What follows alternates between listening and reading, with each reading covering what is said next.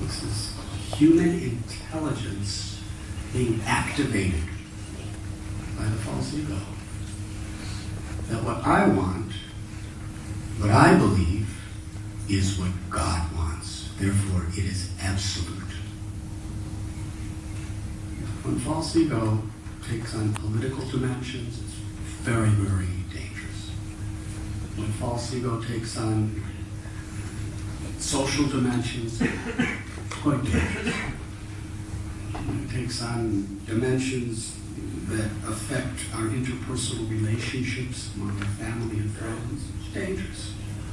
When that same false ego extends itself to religious doctrines, then it takes on absolute dimensions.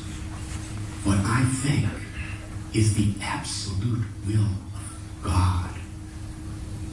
And therefore, anything can justify the fulfillment of the absolute will of God.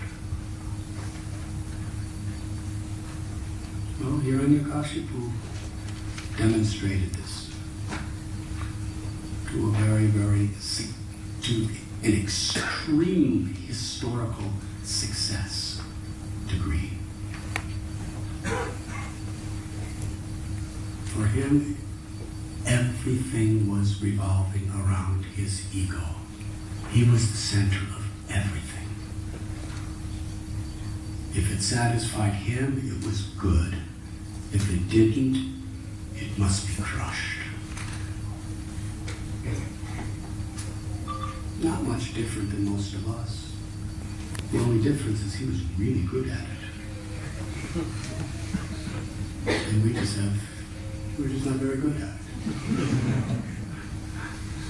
And who do we crush? What can we crush? What can we actually accomplish in that sense? Hiranyakashipu was so determined. He performed his tapasya, gained the benedictions of Brahma, and conquered the universe.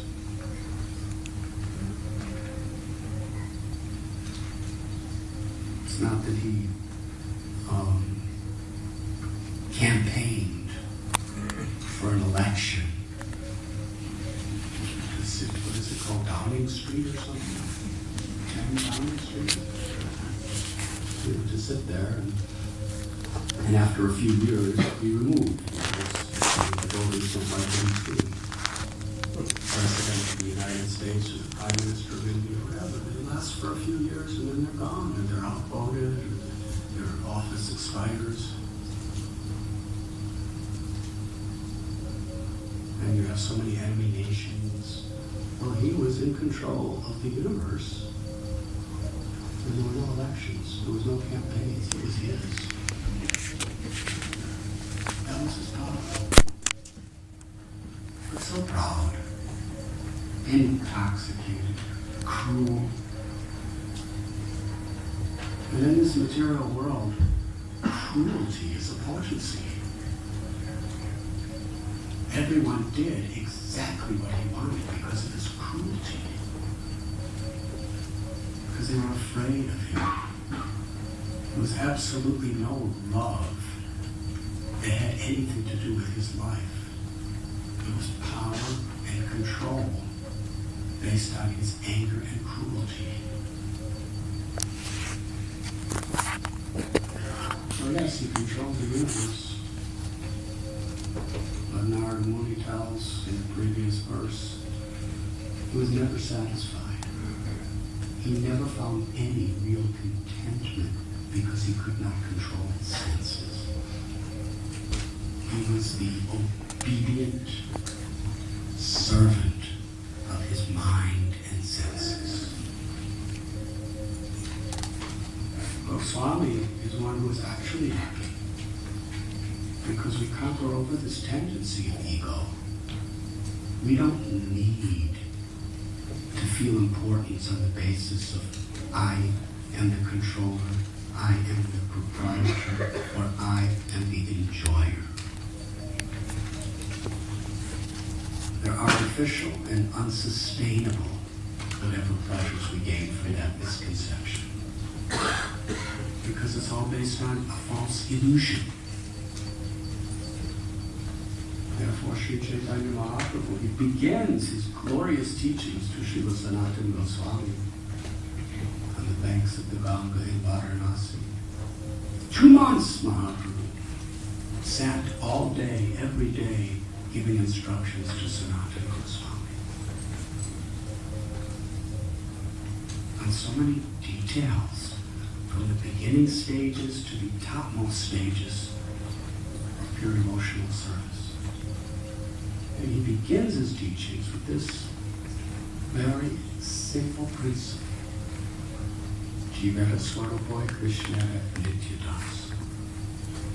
The constitutional position of every living entity. Our nature is we are eternally the servants of Krishna. Prabhupada gave an entire series of lectures in various places on these teachings to Sanatana Goswami.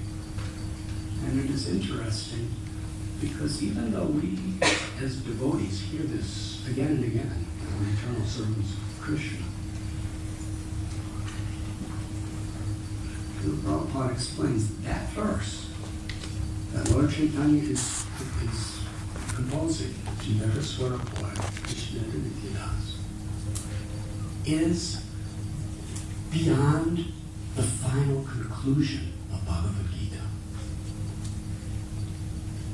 In the 18 chapters of Sri Bhagavad Gita, Krishna is explaining in elaborate detail, scientifically, philosophically, logically, socially, from every point of view,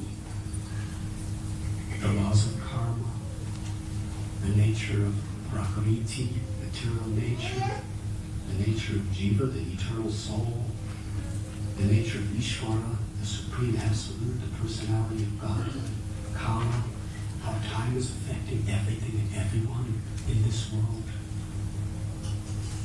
It's describing the 3 modes of material nature and how they bind us and how to disentangle ourselves from those sufferings. And his conclusion, Sarva Dharma Parityaja Mam Ekam Sharanam Vraja Aham Tvam Sarva Papitya Moksha Yusamimasaja. Abandon all varieties of religion, just surrender to me.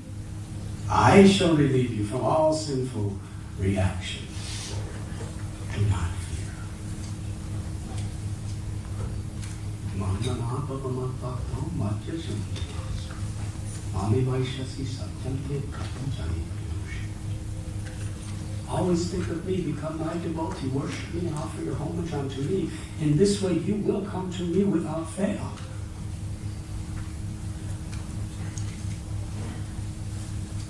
We see there are so many scriptures in the world.